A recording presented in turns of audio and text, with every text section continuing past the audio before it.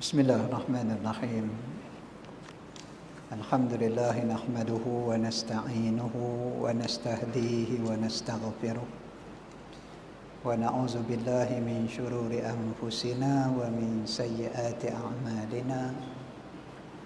Man yahdihillahu fala mudilla lahu wa man yudlil fala hadiya lahu. Asyhadu an la ilaha illallah wa asyhadu anna Muhammadan abduhu wa rasuluh. Allahumma salli ala sayyidina Muhammad wa ala alihi wa ashabihi wa atba'ihi ila yaumiddin. Amma ba'd. Muka surat 59. Baris yang kelima daripada bawah. Kata setengah ulama bahawasanya Allah Ta'ala itu mewahyukan ia kepada Nabi Daud alaihi salam. Muka surat 59, baris yang kelima daripada bawah. Sebahagian daripada pengajaran yang ke-37. Kita dah baca dah separuh. Kita mulakan dengan umul kitab Al-Fatihah. A'udzubillahi minasyaitonirrajim. Bismillahirrahmanirrahim. Alhamdulillahi rabbil alamin. Arrahmanirrahim. Maliki yaumiddin. Iyyaka na'budu wa iyyaka nasta'in. Ihdinas siratal mustaqim. Siratal ladzina an'amta 'alaihim ghairil maghdubi 'alaihim waladdallin. Amin. Tuan-tuan, pengajaran yang ke-37 kita dah baca dah bulan lepas tentang kata-kata ataupun kesimpulan Luqmanul Hakim. Disimpulkan oleh Luqmanul Hakim kepada 8 pengajaran. Itu kita dah selesai. Luqmanul Hakim ni adalah hamba bagi Nabi Daud alaihissalam. Kita sambung baris yang kelima tu daripada bawah. Kata setengah ulama bahawasanya Allah Ta'ala itu mewahyikan ia kepada Nabi Daud alaihi salam bahawasanya menghantar ia akan kursi. Hantar kerusi ke, hantar singgah sana ke, hantar tempat duduk lah. Kalau zaman kerajaan Melayu Melaka dulu ni, bila Sultan jemput orang besar tu, bawa dengan musuh. Gitulah kot. Ni zaman tu. Zaman Nabi Daud alaihissalam ni. Kalau sekarang ni hantar kenderaan lah. Hantar kereta VIP berpayah lah kot. Bagi Luqmanul Hakim, masih lagi tentang Luqmanul Hakim ni. Dan diajari akan kamu akan ilmu hikmah. Jemput Luqmanul Hakim ni untuk ajar Nabi Daud alaihissalam hikmah. Nabi pun kena ajar juga. Yang ni kita bincang dulu. Ada ulama, tetapi ada yang lain daripada ulama yang dipanggil hukama. Ulama yang diberikan alim, ilmu yang banyak, yang tinggi, yang dalam. Adapun hukama diberikan kefahaman, kebijaksanaan yang mendalam, kebijaksanaan yang tinggi.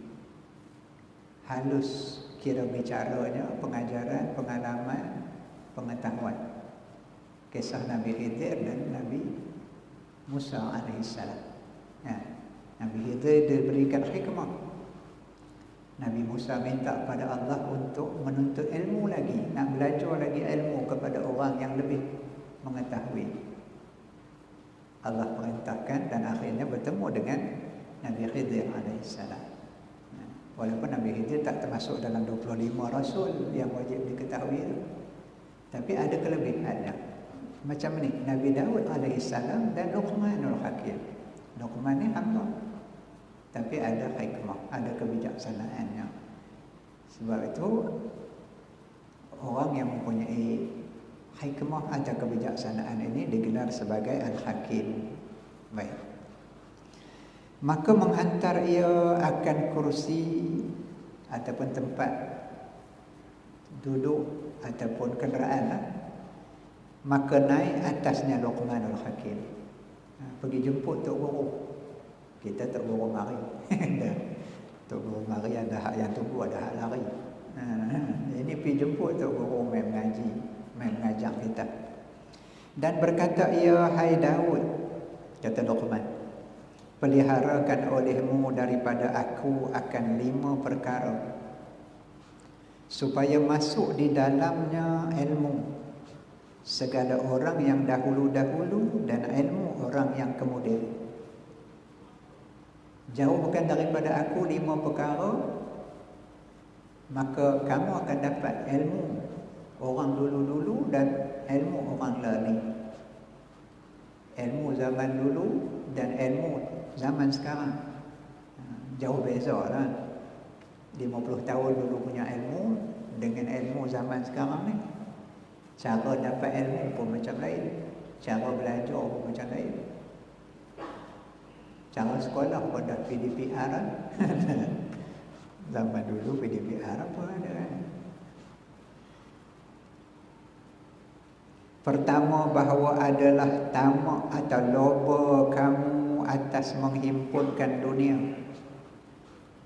dengan sekira-kira martabatmu di dalamnya. Yang pertama, yang 5 Luqman minta ni. Yang pertama kata Luqman, bahawa tamak kamu dalam menghimpunkan dunia sekira-kira martabatmu di dalam dunia itu. Maksudnya jangan lebih. Kalau Nabi Daud raja, takkan ada raja nak duduk dangu. Takkan raja pula nak panjat nyong, kait sawit. Boleh cari harta ataupun dunia, tetapi tamak itu yang tak boleh. Namun usaha untuk menghimpunkan dunia ini sekira-kira martabatmu dalam dunia ni sahaja. Kalau untuk kita pengajaran yang macam ni, kita ni agak-agak nak pakai dunia ni lama mana lagi? Agak-agak nak duduk rumah lama mana lagi? Agak-agak kita nak pakai kain baju ada berapa lay lagi? Agak-agak duit yang kita nak pakai nak sampai umur 70 begitu. Baina sitin wa sab'in kata Nabi, antara 60-70, bubuhlah ekstra lagi 80. Sahabat kita tak ada lah, bulan lepas ada lagi lah. Tuan Jeraman, bulan ni mari tak ada lah dia. Agak-agak banyak mana lagi kita nak himpun dunia ni? Sekadar mana martabat kita atas dunia ni, sekadar tu. Baru boleh dapat ilmu orang dulu-dulu dan orang sekarang dan orang akan datang. Yang kedua, bahawa adalah tamak atau loba kamu itu amal akhirat dengan sekira-kira martabatmu di dalamnya. Tamaklah kamu atau usahalah kamu akan amal akhirat sekira-kira martabatmu di dalamnya. Agak-agak kita nak duduk di akhirat, di syurga ke di neraka? Oh, saya kata nak mestilah syurga. Okey, syurga ni nak syurga hak first class ke hak yang kelas ke-7? Sudah kelas pertama lah kan? Memang lah. Alah, tak apalah, duduk tepi-tepi longkang tak apa dah. Ada. Kalau itu yang kita nak, maka buat lebih kurang. Mayang pun lebih kurang. Dia ngaji, faham tak faham tu sudah kira ya, pakai berikut dah ni kata. Wirid doa baca Quran pun tak payah lah. Pasal aku kan dah sangat syurga ni. Gitu. Jadi kalau betul kamu nak ke akhirat ni sungguh, maka pulut, maka tamak olehmu atau loba olehmu akan akhirat itu. Tapi kalau hak pertama tadi, kamu duk terasa kamu nak duduk di dunia ni, nak jadi raja sampai bila-bila, sampai tak mau mati, buatlah. Kumpul 7 keturunan pun tak habis makan. Dia nak makan dia satu keturunan dia je. seorang dia je nak makan. Yang orang boleh simpan 7 keturunan tu, dia nak makan dia seorang je. Buat lah. Kumpul ya. Tak usah duk tukar daripada harta benda duit ringgit kepada pahala. Sebab hak kita dah hak pertama tadi je, hak dunia ni. Martabat kita dah hak dunia ni je. Hak akhirat tak mau. Tak mau sudah. Buat kan? Kalau buat macam tu, nescaya kamu tak akan dapat ilmu orang dulu-dulu dan ilmu orang yang kemudian. Apa yang dapat? Bodoh. Apa yang dapat? Kecewa. Apa yang dapat? Bila sampai di akhirat, minta balik ke dunia. Minta nak sedekah, minta nak buat beramal soleh. Masyhur hadis Nabi dan juga ayat Al-Quran menjelaskan tentang orang yang menyesal apabila dimatikan Allah, minta supaya dikembalikan, supaya as-sadaqah, aku nak bersedekah dan juga aku nak jadi orang yang salihin. Yang ketiga, bahawa adalah bertemu atas mengerjakan maksiat dengan sekira-kira sabarmu atas azab neraka. Ikut sukalah. Nak berjumpa di karaoke ke, nak jumpa di mana-mana ke, dengan tujuan buat maksiat,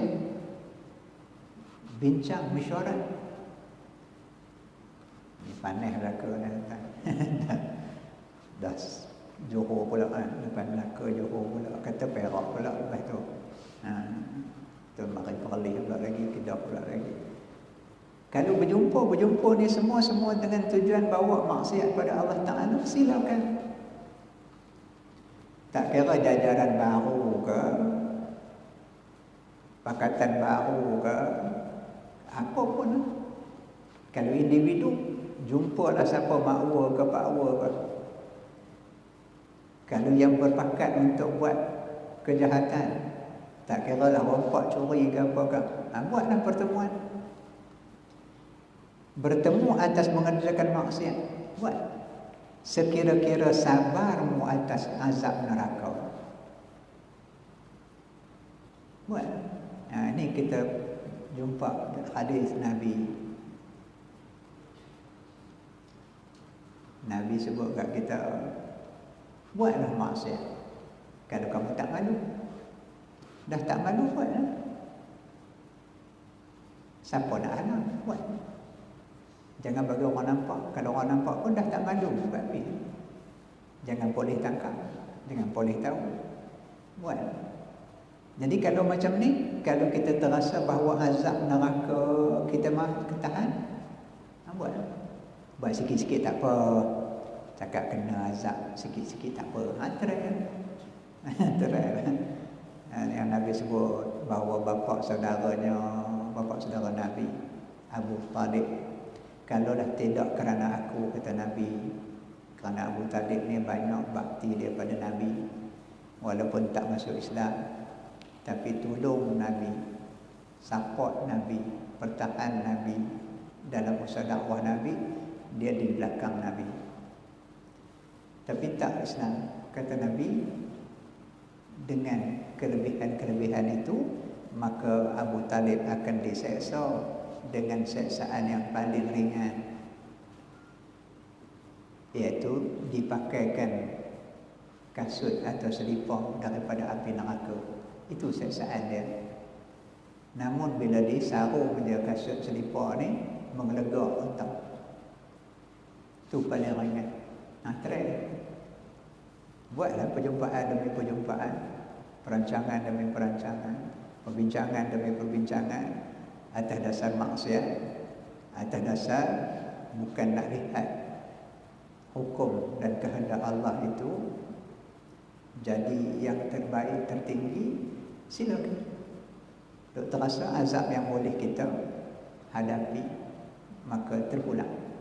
Kalau itu yang kita buat, maka kita tidak ada kebijaksanaan. Kita takkan dapat ilmu orang dahulu dan juga ilmu orang yang kemudian. Apa yang kita dapat, kita akan jumpa dengan penyesalan demi penyesalan. kita akan jumpa bertemu dengan kegagalan demi kegagalan. Mungkinlah seketika kita rasa baik untuk kita. Kita rasa berjaya hasrat kita. Kita terasa kita dapat keuntungan dunia. Berapa lama nak pakai dunia ni? Balik hak yang pertama tadi ni. Berapa lama sangat kita nak hidup dalam keadaan senang selesa. Tapi akhirat kita akan dicampakkan ke neraka. Dan neraka ni azabnya pastinya kita tak mampu. Mampu tak mampu pun kita tak mati. Hancur kita pun tubuh balik daging. Hangus kita pun elok balik untuk dirasakan seksaan demi seksaan. Yang keempat, bahawa adalah khidmatmu akan Tuhanmu dengan sekira-kira hajatmu kepadanya. Lawan bagi yang ketiga tadi.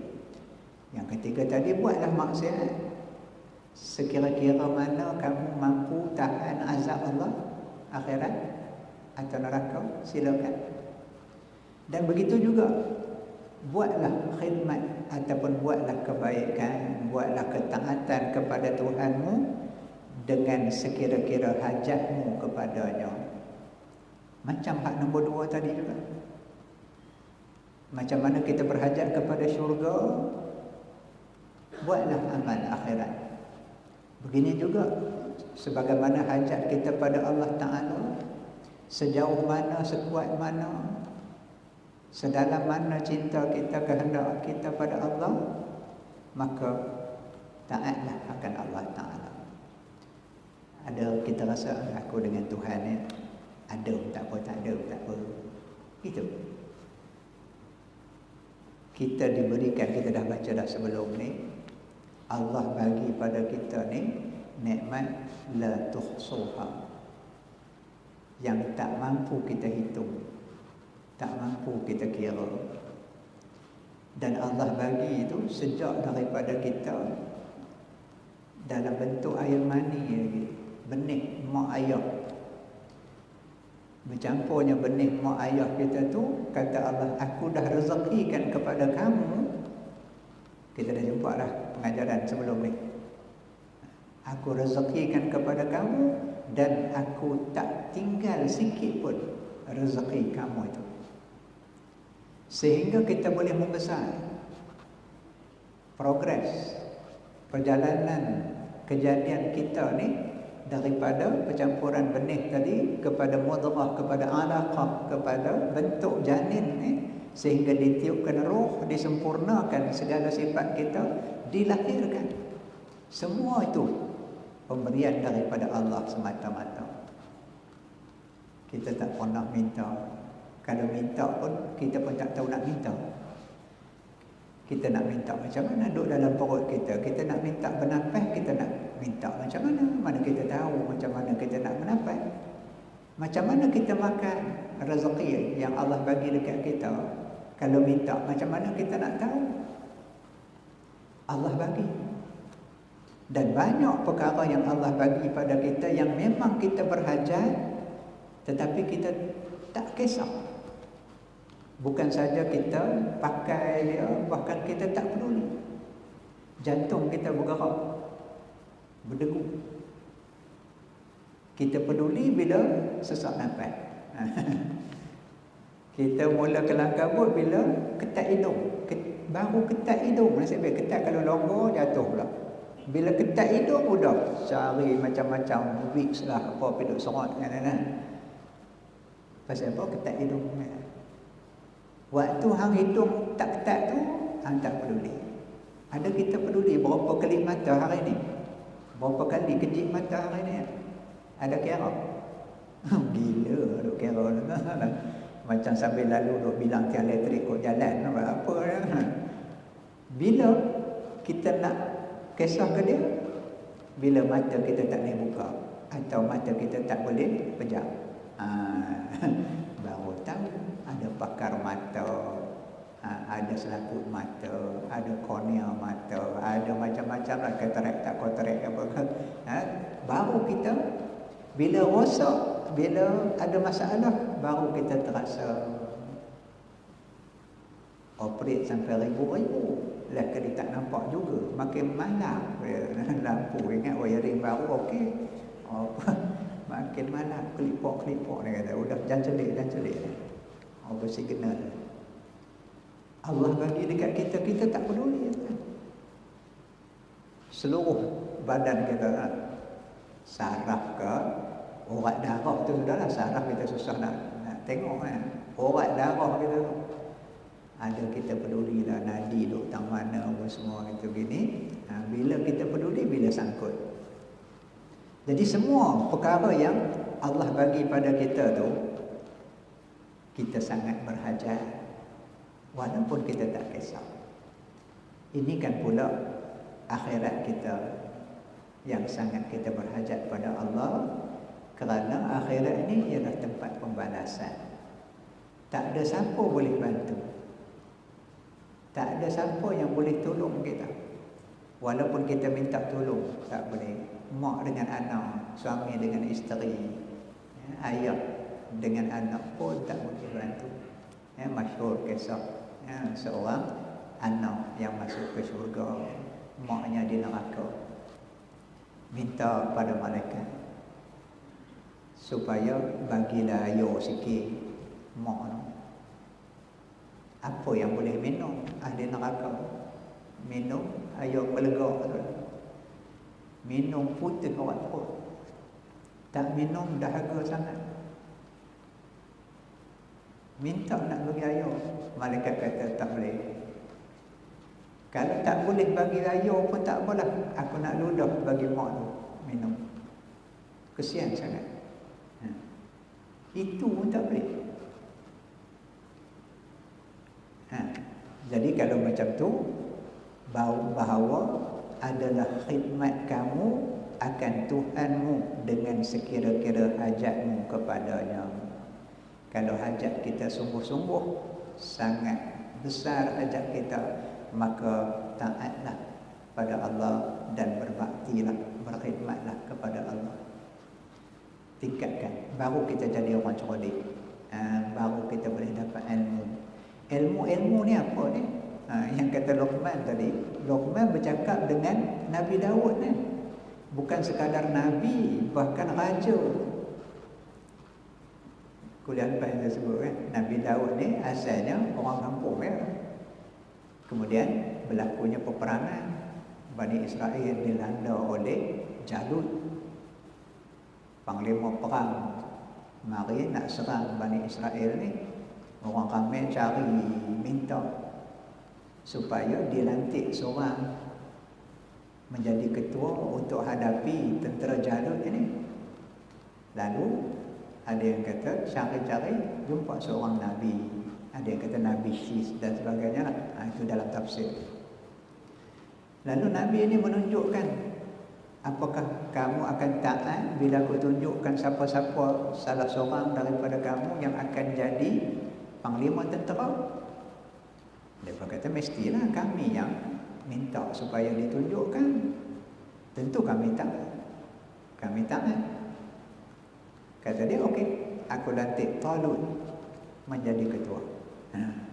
Bila Talut jadi panglima perang, bawa tentera ni untuk pergi berperang dengan Jalut, maka diuji.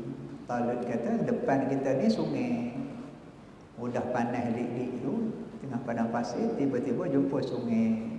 Udahlah pula, kata Talut, jangan minum. Berkubang lagi lah, jangan minum, kecuali satu raut daripada tangan masing-masing. Dia berkata, apa pasal ke?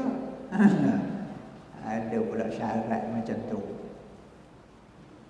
Lalu tinggal, yang mana datang jumpa sungai, berkubang dalam tu, bukan takat minum, pelan. Lepas tu, dia pun kata apa?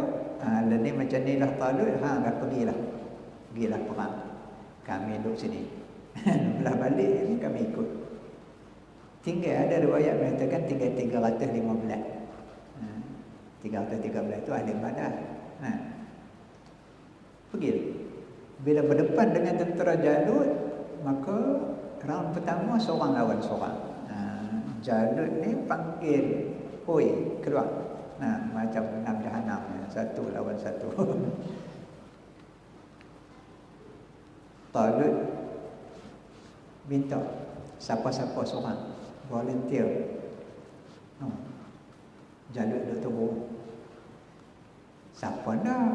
Dah lah tinggal 315 orang. Lepas tu nak berdepan dengan tu hak yang topi Trojan apa semua tu. Dengan badan hak organ tu. Apa? Yang mari ni bukan tentera, yang mari ni orang kampung. Macam kalau Talut kata macam ni lah, siapa-siapa yang boleh kalahkan Jalut, maka aku akan bagi separuh daripada kerajaanku. Tak mau lagi, tambah satu lagi tawaran, kahwin dengan anak perempuanku. Zaman tu itulah, bukan rasuah tak. Ini nak bawa semangat. Tak ada lah kalau projek pasir bukan itu Melaka kata dia apa lah. Sekarang tak ada lah kot. Jadi bila dengar hak macam tu, dua tawaran ni, siapa nak? Akhirnya semua senang. Kalau gitu kata Talut macam ni lah, kita want to show, kita cabut undi. Cara macam mana? Bukan cabut lidi. Kita cabut lidi siapa panjang apa pendek. Dia masukkan dalam tentuang apa? Tanduk khobor, bubuh minyak dalam tu. Kalau Nurul Ihsan sebut dia tu dalam tafsir tu sebutkan masukkan minyak, tak tahu dah minyak apa, minyak wangi lah kot. Takkan minyak tak apa. Bubuh dalam tanduk tu dan tiup. Minyak tu pergi kena siapa-siapa maka dia. Dah seorang kat tangan, tak mau kat tangan. Buat cabut undi macam tu lah. Masing-masing tunggu. Dah jadi tengkuk kura-kura dah. Jangan kena kepala aku dah. Tiup kena seorang. Rai pendek kata apa? Mari kita tengok siapa yang kena. Kena seorang. Kata tu, siapa yang kena tu sila ke depan. Ke depan lah. Mari tengok. Kamu ke? Kuroi pucat. Bukan pucat pasal takut dah. Memang kuroi. Budak kampung. Kalau budak pekan ni macam lain. Dia ada macam-macam. Ada ubat dia, suplemen lah, apa segala benda ada. Kampung ni apa. Kalau harga-harga garu-garu habis berkurik kaki-kaki. Tengok budak muda yang kurus dan pucat. Lalu tanya, apa macam? Kamu boleh ke lawan? Dia kata kalau itulah telah diundi, maka aku lah. Dah aku yang kena, aku lah lawan. Macam tu lah. Bukan pasal kira muda ke, pasal pucat ke, kurus ke, tak. Ni nak lawan musuh Allah Ta'ala ni. Kalau gitu mungkin berjalan 2-3 langkah, tiba-tiba batu panggil, wahai Daud, ambil aku. Nabi Daud kutip. Ada yang kata 3 batu. Batu cakap ambil buat peluru M16. Lestik macam Palestin tu, bukan macam lestik kita hak cabang lah. Palestin ni dia macam tali pinggang tu, panjang gitu, lipat 2, bubuh batu telah tu, pusing, lepas. Kalau kita buat gitu, main kepala kita. Saya try juga macam mana. Pusing, kelepuk main kepala kita ni. Kita kerusi macam lain lah. Kita bukan cabang tu. Dia pakai pusing gitu. Bila sampai dekat dengan Jalut, sebelum Jalut buka pedang dia lagi, tombak dia lagi, dia balik dengan lestik dia tu, Kena betul-betul tangdahi kata Nurul Ihsan. Kata kitab tafsir ni, kena dai itu bukan saja tembus topi dia, bahkan membunuh 25 di belakangnya. Tu dia skru M16 nya. Wallahu a'lam macam mana, tapi tafsir Nurul Ihsan sebut begitu. Kena-kena yang mula sampai 25 yang di belakang ataupun tumbang. Zaman dulu semua pakai sujud. Oh, macam dari India tu lah. Lah, itu je. Tak ada perang lain. Semua mengaku kalah. Dapatlah Nabi Daud perintah separuh daripada negara Pak Mentua dan kahwin dengan anak Pak Mentua lah. Anak raja, jadilah raja separuh negara dia. Kemudian Pak Mentua pun dah tak ada, ambil habis satu negara. Diwarisi pula oleh Nabi Sulaiman, anak Nabi Daud alaihissalam. Ni orang hebat. Itu pun belajar daripada Luqmanul Hakim, seorang hamba.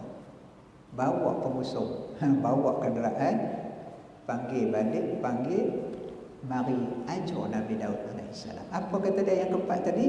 Kalau kamu berkhidmat untuk Tuhan kamu, berkhidmatlah sekadar mana? Sekadar hajat kamu pada Allah Ta'ala. Kalau kamu tak berhajat ke Tuhan, dah hebat dah rasa dah ada raja dah jadi pemimpin dah, cukup dah, tak perlu ke Tuhan, ikut suka kamu lah. Macam kita lah, kita dah tahu saya kita okey dah. Tak mau sudah, buat ikut suka. Yang kelima, jika engkau kehendak bahawa engkau berbuat maksiat akan Tuhanmu, maka tuntut olehmu akan tempat yang tiada melihat ia akan dikau. Kalau nak buat maksiat, bukan buat maksiat sekira-kira kamu tahan seksa neraka. Tu dah ada nombor 2 tu, nombor 3 tadi. Yang kelima ni, kalau kamu nak buat maksiat, buatlah. Tapi carilah satu tempat yang Allah tak tengok. Ini pun timbul dulu ni. Bila diminta oleh guru sembelih ayam, dah kursus sembelihan siap dah, okey, ambil ayam seorang seekor, pergi sembelih tempat yang tidak dilihat, yang tak ada siapa yang tengok. Kawan pergi belakang pokok, kawan pergi lautan, kawan pergi belakang dinding, bawa balik. Tunggu seorang lagi tak mari-mari, seorang tunggu tak sampai kat nak malam, baru bawa mari. Bawa mari ayam tak sembelih pun. Tok guru tanya, apa pasal tak sembelih? Dia kata, pergi merata lah dia. Yang hak tadi ni, hak 3-4 orang lagi hak lain tadi, sembelih di mana? No, belakang pokok tu. Tak ada siapa tengok, tak ada siapa tengok. Kawan ni belakang dinding, dia kata tak ada siapa tengok, tak ada siapa tengok juga. Hak yang kawan ni mari bawa balik ayam hidup ni. Ayam tak disembelih pun. Pasal apa tak sembelih? Kenapa tak ikut perintah guru? Dia kata dia carilah semua tempat. Semua ada yang melihat. Siapa tengok? Allah Ta'ala. Macam tu cara nak putih ubat. Macam itulah cara untuk kita kenal anak murid kita macam tu. Bijaksana kan masyhur Arab ni. Bila dia anak murid ni mari mengadu dekat guru ni, dia kata, tuan guru, saya ni ngaji susah dapat, susah faham. Tu guru kata, ngaji lama mana lah, lama lah. Tak apa lah, kata, macam mana nak bagi faham. Dan ni macam ni lah.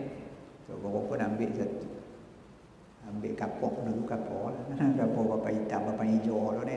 Ambil kapok, berapa hijau hak besar tu, berapa hitam yang besar tu, dia titik tengah tu. Dan ni, apa yang kamu nampak? Dia pun tengok, kok tulis nombor ke huruf ke dak pun pakai titik tu. Apa yang kamu nampak? Nampak titik besar ke kecil? Kecil je. Patutlah mengaji sampai berapa puluh tahun lah. Papan hitam pun punya besar, tak nampak. Nampak titik yang kecil. Pasal tu ngaji susah boleh. Ngaji susah dapat. Kadang expectation kita tu, tumpuan kita tu menyebabkan kita tak boleh berfikir yang luar. Kita panggil fikir di luar kotak. Kita duk kira hak tu. Orang tanya hak tu, kita duk penjara juga nak jawab yang tu. Siapa suruh jawab yang itu saja? Cuba kita tengok dengan kawasan yang lebih luas. Kadang-kadang tak perlu jawab. Kadang-kadang kita tanya pun sudah menjawab. Jadi kebijaksanaan ni dalam bentuk yang macam tu. Yang kata Luqman ini, yang kelima ni, apabila kamu nak buat maksiat, buatlah. Tapi pergi cari tempat yang Allah tak tengok. Jadi kalau ada 5 yang ni, kata Luqman, kamu akan dapat kebijaksanaan. Tuan-tuan, yang saya sebut tadi, bijaksana ni bukanlah mesti kita mengaji lama, pandang, masa. Tapi salah satu cara sebab nak dapat ilmu ialah panjang masa. Tetapi bijaksana ni bukan mesti panjang masa. Namun adat ataupun kebiasaan mengaji ni, memang pepatah Arab sebut, kalau nak dapat ilmu ni ada 2 syarat. Pertama, umrun Nuh, umur Nabi Nuh. Yang kedua, sabrul Ayub, sabar Nabi Ayub. Ada 2 syarat ni baru boleh dapat ilmu. Aku ngaji 3-4 tahun dah, mondok ya, tak faham, tak pula bab tauhid lagi. Janji hadis lah, janji qadim lah, apa benda aku tak tahulah dia lah. Lah kali monti gitu. Berapa lama ngaji? 4 tahun. 4 tahun.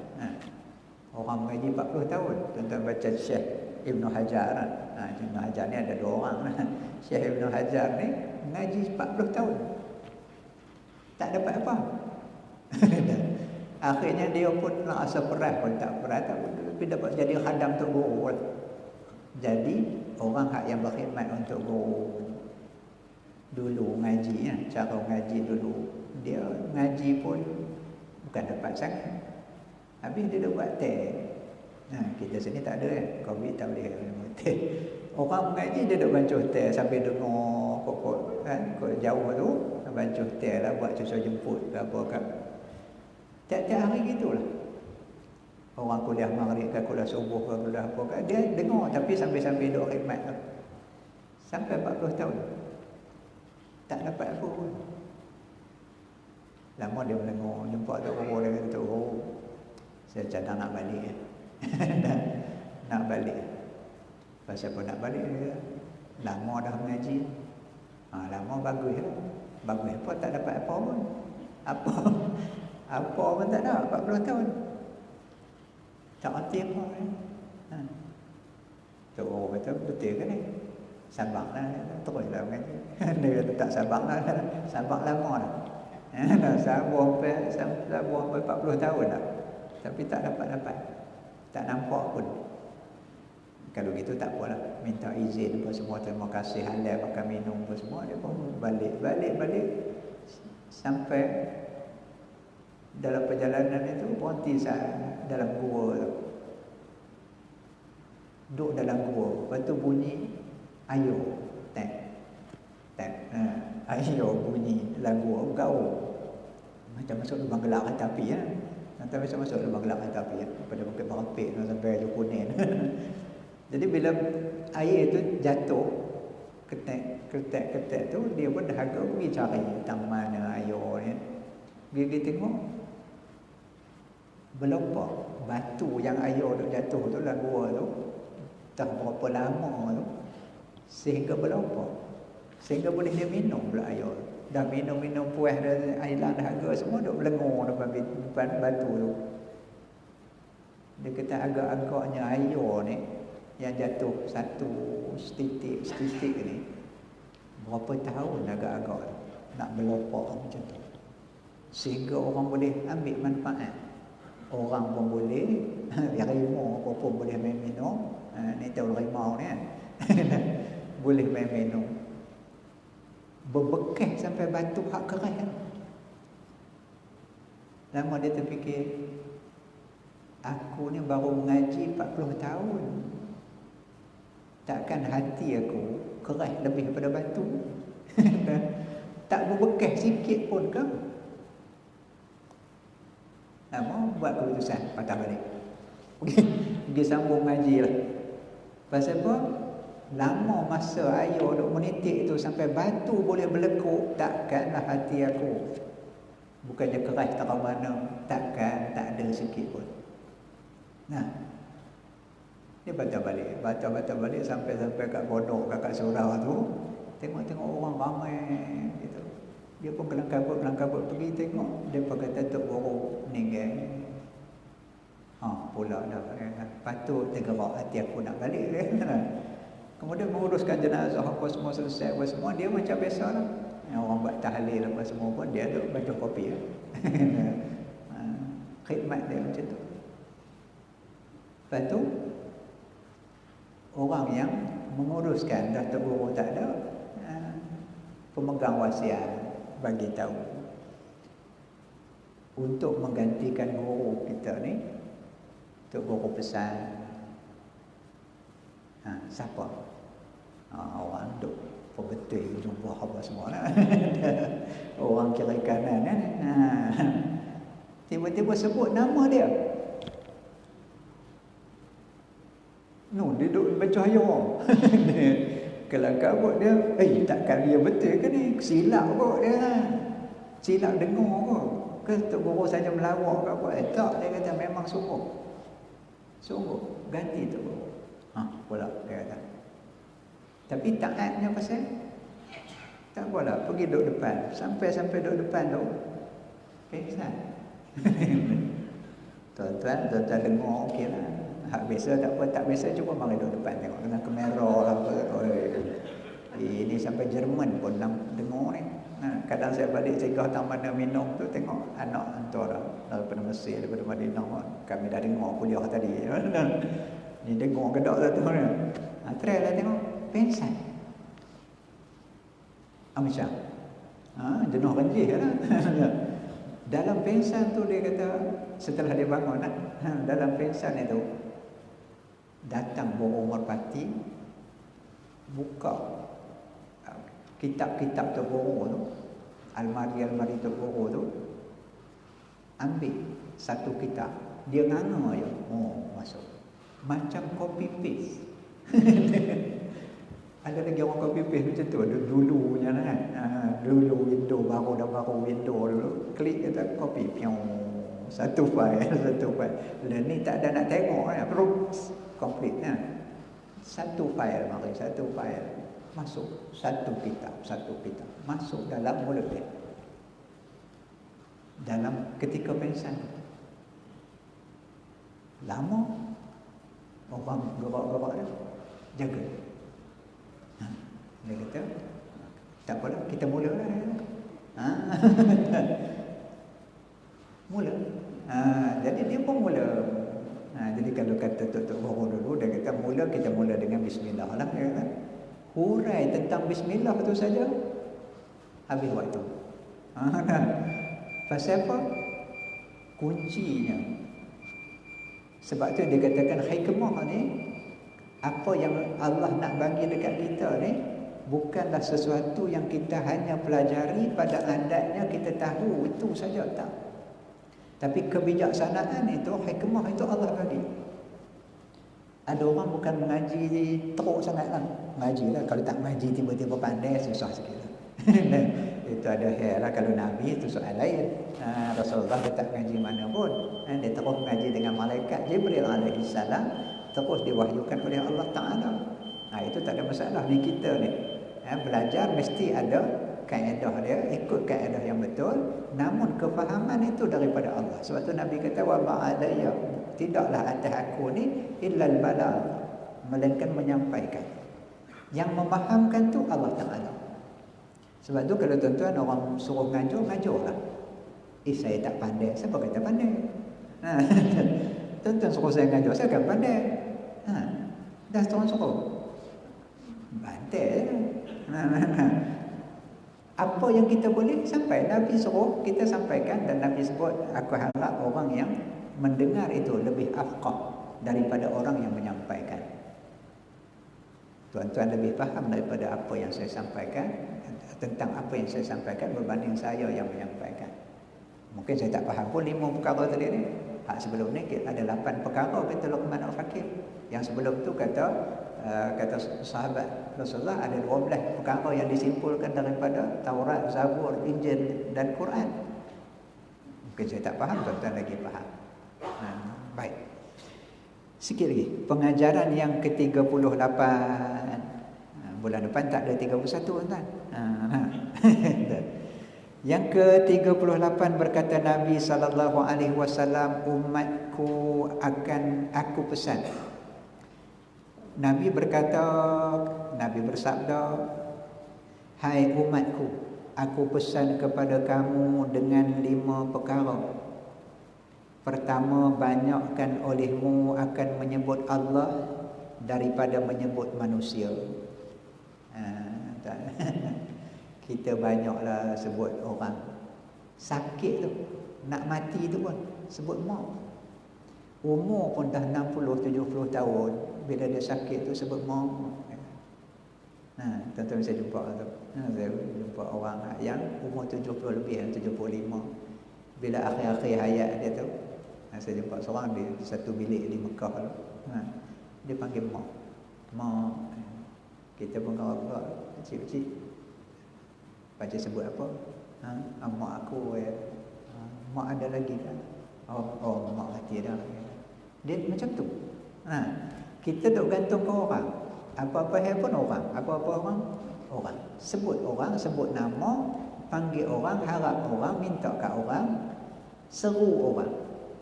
Tapi kata Nabi, banyakkanlah menyebut Allah berbanding daripada menyebut manusia. Memang boleh kita panggil orang, kita minta tolong orang, tapi perbanyakkan sebut Allah Ta'ala tu. Yang kedua, banyakkan olehmu akan menyebut akhirat daripada menyebut dunia. Kalau sembang ni, bola, derajat, ni derajat bunga pula tu. Baru habis ada jual, ada lagi tu. Udah pula 3-4 perangkat. Oh, sembang ni lah, belum kira bersangkin orang hitam ni. Sembang kelapa sawit 1000 lebih lah ni. Yang 10 ekor kira jalan apa itu lah. Kalau dulu-dulu getah meher tu. Tu zaman getah meher dulu RM6 lebih. Dan ni RM3.5. RM3 dengan subsidi. Jadi kita sembang dunia ni. Yang suka sukan. Yang suka makan. Sembang pasal makan. Oh, sembang pasal bunga keladi. Kita kata kalau boleh buat pengat jadi juga lah. Nak tengok macam-macam nama ada. Dunia. Sembang pasal dunia. Kata Nabi, perbanyakkan sebut akhirat berbanding dunia. Sebut akhirat macam mana? Sebut tentang dosa pahala, sebut tentang akhirat, sebut tentang kebaikan, sebut tentang perkara yang boleh membina kebaikan kita di akhirat esok. Yang ketiga, banyak olehmu akan menyebut kejahatan daripada menyebut kebajikan. Kejahatan kita. Jangan sebut kejahatan orang. Oh, sembang je kata ke orang, sembang je kata ke orang, jangan. Perbanyakkan sebut kejahatan kita berbanding kebajikan kita. Ada nanti sembang-sembang je sebut buruk kita sendiri. Ada. Ini buang terbiat je kan. Bila sembang je kita penaik diri kita lah. Aku. Anak-anak aku, anak aku. Dia kata kereta ke, rumah ke, pangkat ke. Pandai kita tu. Dia kata aku ngajar 34 tahun, dia kata ngajar. Kalau 34 tahun, mesti terror dia kata. RPS tak tulis pun. Tu dia. Tak tulis RPS. Pandainya. Kalau doktor. Kalau pemimpin, pemimpin 22 tahun dia kata jadi Perdana Menteri. Campur 22 bulan lagi. Tak kira lah, katalah apa-apa. Bila bercakap je kira baik kita lah. Memang kita macam tu kan. Kalau tidak, Nabi tak pesan lah. Nabi pesan ni sebab orang yang kita orang itu. Jadi kurangkan. Kemudian kalau boleh tidak menceritakan kebaikan. Kita dah baca dah yang nasihat Luqman dulu dan juga Ka'ab bin Ashraf tu yang menceritakan tentang Ka'ab bin Ahbar yang menyatakan tentang banyak jangan lupa kebajikan orang pada kita, jangan diingat kebaikan kita pada orang, jangan dilupa kejahatan kita, jangan diingat kebaikan kita. Boleh. Yang keempat, banyakkan olehmu akan menyebut mati daripada menyebut hidup. Maksud menyebut hidup, nak hidup lagi, nak hidup lagi. InsyaAllah dia kata, kalau ni tahun depan ni kita tambah rumah sikit lah, sebilik lagi kot, pasal anak nak kahwin lah. Duk kira hak hidup lah. Duk kira benda yang nak hidup aja. Hak yang mati, aku rasa tanah hak yang dekat dengan masjid tu ingat nak wakaf lah. Ini bercakap tentang mati. Kira yang nak mati. Dalam bank ni ada lagi 2-30 ribu ni. Mekah pergi dah, umrah pun pergi dah. Lepas tu ingat 10 ribu ni boleh cabut pun. Cabut daripada 2-30 ribu tu 10 ribu. Untuk apa? Untuk akhirat. Makan pun akhirat juga, memanglah. Tapi yang akhirat confirm, pasti dalam bentuk wakaf, infak, derma, apa sajalah. Yang pasti yang macam tu. Dan yang kelima, banyakkan olehmu akan menyebut ghaib. Ghaib dirimu ataupun binasa dirimu daripada menyebut ghaib manusia. Aib, maaf, bukan ghaib, aib. Aib. Banyakkan menyebut buruk kita. Tadi buruklah tadi. Nanti tak apa nak baca aib kita kan. Menyebut tentang keaiban diri kita, keburukan diri kita daripada menyebut keburukan orang lain. Selalu disebutkan pada kita bahawa seseorang yang menelik dirinya tak ada nak telik buruk orang lain. Sebab keburukan kita ni tak selesai. Kalau kain kita pun cari, kita tak ada nak tengok, cari kain orang. Kerana nak kepung kain kita. Angin. Bukan cakap kain, bumbung pun melambung. Melambung-lambung bumbung. Dia angkat sebiji-sebiji rumah. Tiba-tiba kita nak kira hak orang. Sedangkan kain kita pun nak terbang. Maka aib kita ni yang kita selalu sebutkan, aku banyak salah, aku banyak dosa. Kita ingat kan macam mana syafaatul kubra Nabi SAW ketika di mahsyar, pakat-pakat cari orang minta supaya Allah segerakan hisab. Urusan di mahsyar tak tahan 1000 tahun dah duduk di mahsyar. Pakat-pakat kita nak pergi cari orang yang paling layak untuk jumpa Allah Ta'ala, minta disegerakan, minta syafaat. Cari orang paling layak siapa? Tuan kita, Nabi Adam AS. Tuan-tuan tengok baru Mazi jilid 17. Bab beriman dengan hari akhirat. Jumpa Nabi Adam kata, minta maaf, aku bukan orang yang layak untuk jumpa Allah Ta'ala. Sebab hari ini Allah murka, tak pernah murka sebegini murka Allah sebelum ni dan akan datang. Hari ini sangat murka. Dan aku takut Allah nak hukum apa dekat aku sebab aku ada salah. Tuan-tuan, apa salah Nabi Adam? Pergi makan buah yang dilarang oleh Allah. Salah tu dalam syurga. Allah dah ampunkan. Allah hajar pun. Rabbana zalamna anfusana. Allah hajar cara nak taubat tu.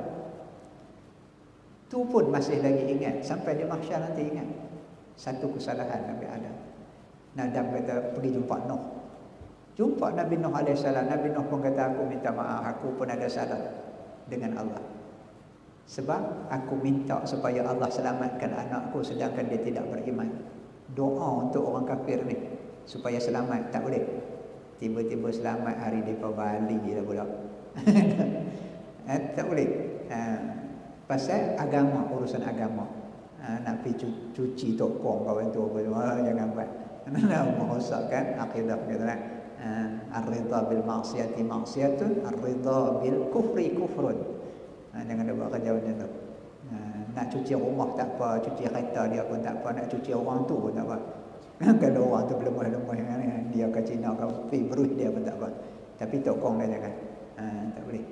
Dan jumpa kata Nabi Nuh, pergi jumpa Ibrahim alaihissalam. Sebab Ibrahim ni Abul Anbiya, keturunan dia para nabi, para rasul. Nabi Ibrahim kata, maaf, aku tak boleh. Allah nak marah apa kat aku hari ni aku tak tahu. Aku pernah bohong 3 kali.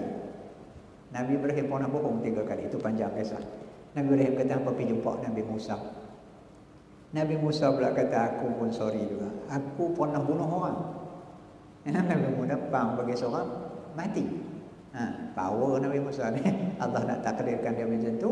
Allah nak marah apa kat aku hari ni. Ni ingat kesalahan ni.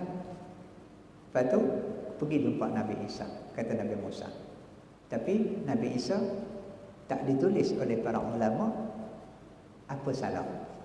Nabi Musa kata, aku tak mampu nak jumpa Allah Ta'ala sebab aku ada salah. Tapi para ulama tak sebut apa salah Nabi Isa. Nabi Isa kata, apa pergi jumpa Muhammad. Tuan-tuan, ni yang saya nak sebutkan, yang dikata di sini, salah kita ni jangan dilupa. Dan aib kita ni banyak kita sebut-sebutkan keaiban kita. Bukan cerita kat orang. Dengan cerita jahat kita pada orang. Sebab dia akan bawa dosa yang kecil, dan kita cerita-cerita berbangga dengan dosa, dia jadi dosa besar.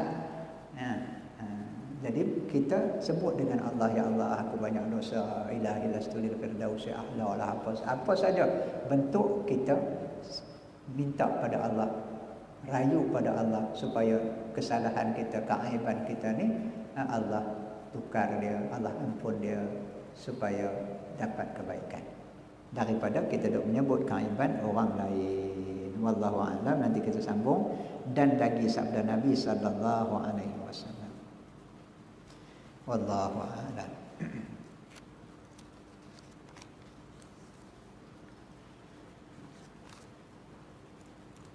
Bismillahirrahmanirrahim. Alhamdulillah wassalatu wassalamu ala Rasulillah wa ala alihi wa ashabihi wa atba'ihi wa man walah. Allahumma arina al-haqqa haqqan warzuqna ittiba'ah wa arina al-batila batilan warzuqna ijtinabah. Allahumma iftah bainana wa baina qaumina bil haqq wa anta khairul fatihin. Subhanaka Allahumma wa bihamdika nashhadu an la ilaha illa anta nastaghfiruka wa natubu ilaik. Wa sallallahu ala sayyidina Muhammad wa ala alihi wa sahbihi wa sallam. Walhamdulillahi rabbil alamin.